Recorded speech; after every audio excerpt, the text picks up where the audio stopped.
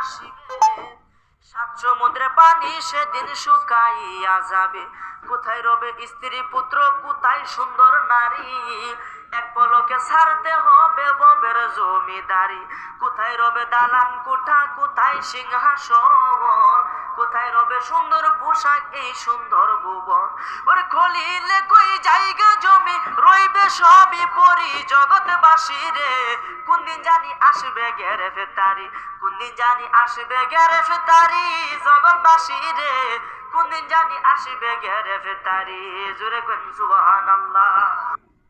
ইয়াসিন কোন ক্ষেতের মুলি যে তোমার ছেলে মদের ভাটিতে জীবন কাটিয়ে মারা যাবে?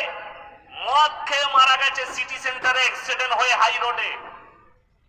বলে অসুবিধা নাই, জানাজা হলো, সবকিছু হয়ে গেল, 40 দিনে মিলাদ দিবে বিরিয়ানি করে।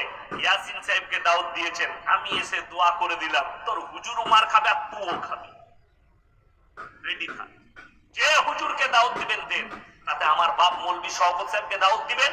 আর যদি শওকত সাহেবকে বলেন হুজুর সারা জিন্দগি মদের ভাটিতে জীবন কাটিয়েছে, আপনি দোয়া করে দিলি